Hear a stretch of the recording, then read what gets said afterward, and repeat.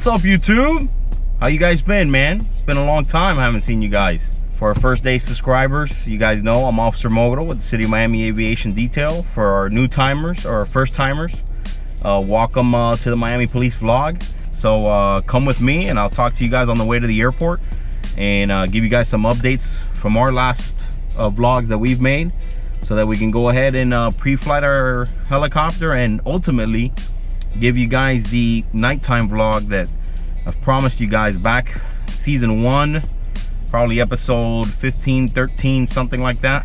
Also, I want to go ahead and try a new thing, which is what I call the helmet cam, so that you can go ahead and see what is it that I myself, my point of view of myself during our operations here with the helicopter. So for those of you who are just tuning in, our new helicopter is a Airbus helicopter AS350B2, which we picked up, delivered in December of 2016. Just to update you guys on myself, you know, something happened that doesn't happen until every 2 years typically here in the department, where there was an announcement placed for promotional exams for anyone that's an officer who wishes to become promoted for sergeant is allowed to once again apply if they qualify, and they have to do 2 series tests, which is one is a written multiple choice test, and the other one is what is called an assessment center. Long story short, you know, I went ahead and put in for it, and fortunately myself, I placed pretty high on the list and get promoted sometime soon. So that'll be a nice thing. Hopefully Nick can do a vlog on that, so you guys get to see that process. It's pretty neat. So you know, as of right now, going ahead and entering Opa-locka Airport, where we're currently parked, which is the at the U.S. Coast Guard hangar, and we'll be going ahead. First order of the day is always to pre-flight the aircraft, making sure that the aircraft is pre-flight and safe and ready to go for our missions, whether it be patrol or whether it be respond missions to where patrol units or any specialized units need us. So we're on the way to the aircraft, and see you guys when we get there.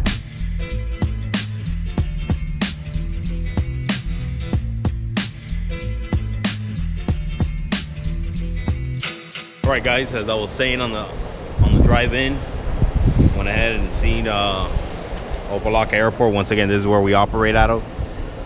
Very big and antique field. Airfield used to be military base back in the era of World War II, maybe beyond that. So the first thing to do once we come here, the first order of business, as they say, is to go ahead and come open up the aircraft. And I'll go ahead and put the camera on a little tripod there.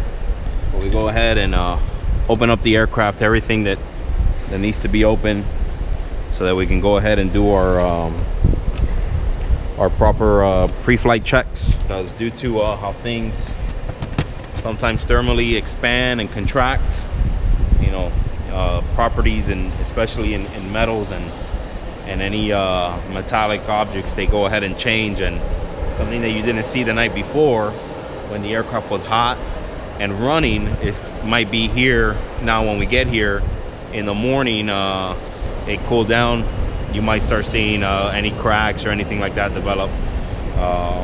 So that's why it's always in aviation, you always do your pre, your in-betweens, and your post flight inspections, always, as well as everything that is required for the maintenance manual. So once again, here she is, and I'm gonna go ahead and mount the camera on a tripod, and I'm going ahead and start the inspection.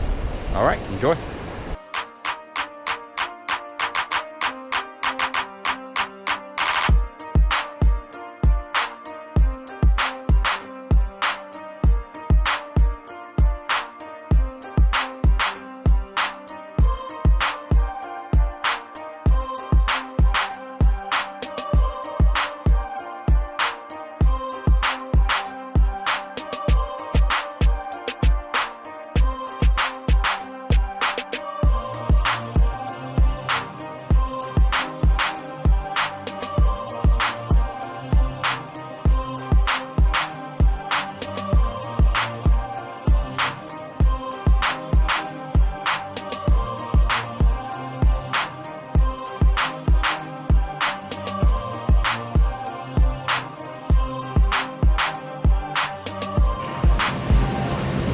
right, ladies and gentlemen, went ahead, finished the mechanical part, or the mechanic aspect, ensuring that the pre-flight gets done safely, successfully, make sure that there's no discrepancies which are going to prevent us from flying, and if so, if there is a discrepancy, whether it be minor, that I can probably fix it here in the field, or whether it be major, where we have to go ahead and call in the contractor, Rotor Tech Services, or take it up to West Palm Beach to get that addressed.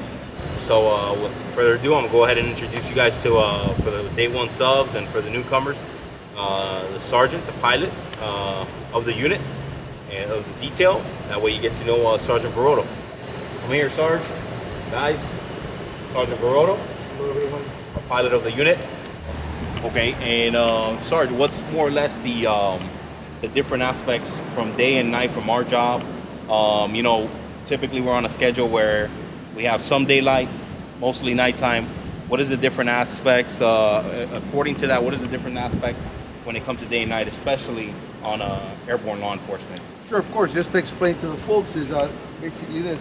The helicopter is equipped with several versions of sensor equipment, such as our FLIR forward-looking infrared camera and our SX-16 Night Sun spotlight.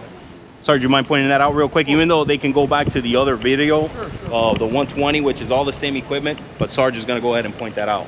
At this time, this is what the Spectral Lab SX-16 Night Sun looks like. It's a 35 million candle power searchlight that is very powerful and has a range of approximately 1 to 1.5 miles. So 1 to 1.5 miles that one has? Correct. All right. And what's the other capability that we're employed with here? The second item that we have, and the name's a little faded, it's the FLIR Forward-Looking Infrared Corporation FLIR 8500 camera ball that's installed on the helicopter. It has a FLIR camera, a color camera, and a low light television camera that we use to try to surveil these offenders. More or less, how does that work? Is that a night vision or is that something else?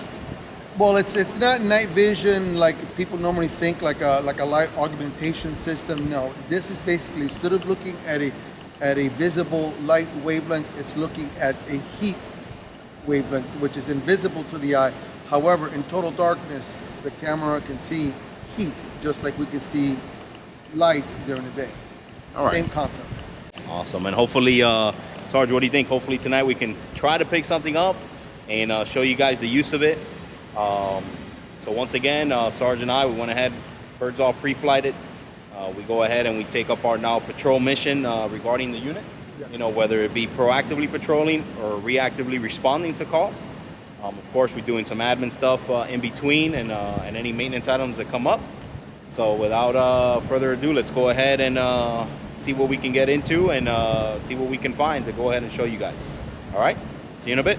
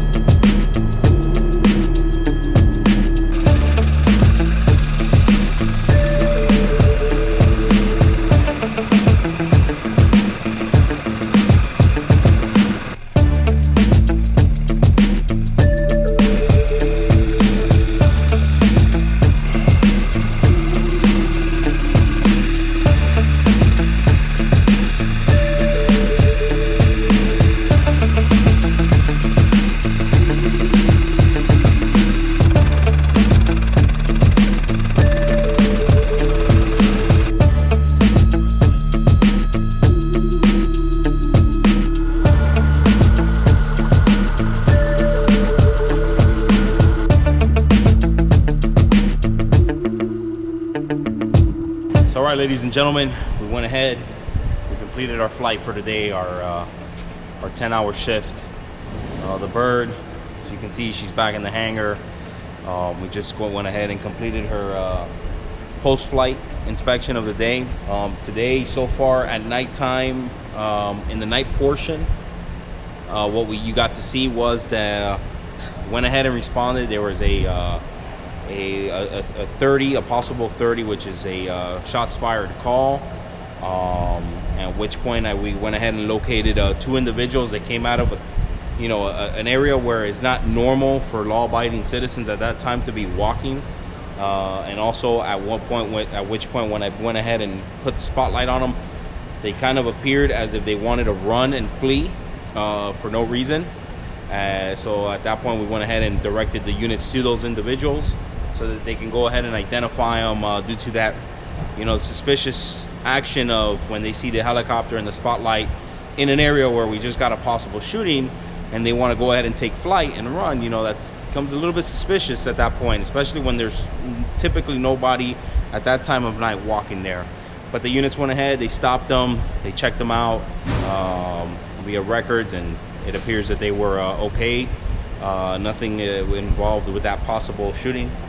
And then also what you're able to see is at one point, and we got to work the FLIR a little bit, which is the forward-looking infrared. Once again, that works off of thermal imaging. At that point, what you got to see was there was a traffic stop where a unit requested other units to respond, reference whatever it is that he was investigating. And hopefully you'll see, you get to see clearly that on the camera at the screen, which is right in front of me, where I get to see the FLIR, what is it that I'm doing, you'll get to see how the different colors, it goes from a color camera to a thermal image, which is typically a contrast between 2 colors, in this case black and white. Some FLIRs there's blue and red, and at that point you can see where I can identify the units and also the subject in question. And the vehicles themselves, everybody's emitting heat. There's no way we can mask that. And that imagery camera, that forward-looking infrared, is the tool that allows us to see that heat that we all emit. There's no getting away from that. So it's a good flight. A little proactive patrol as we try to do the best. Those are the different tools that we have during night that we can go ahead and employ. Like I said earlier, that that FLIR, it can be used during the day as well. It's a very good asset, very important tool where we can utilize, and it makes our job a little easier, as well as the units down on the ground who really need us the most.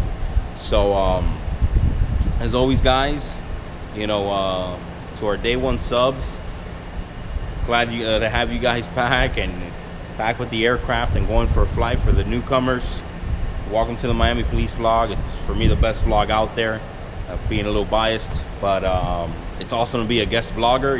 It's something we don't take lightly, and I can't wait to have you guys back. With that being said, don't forget to like, share, and subscribe. Go ahead and leave your comments down below.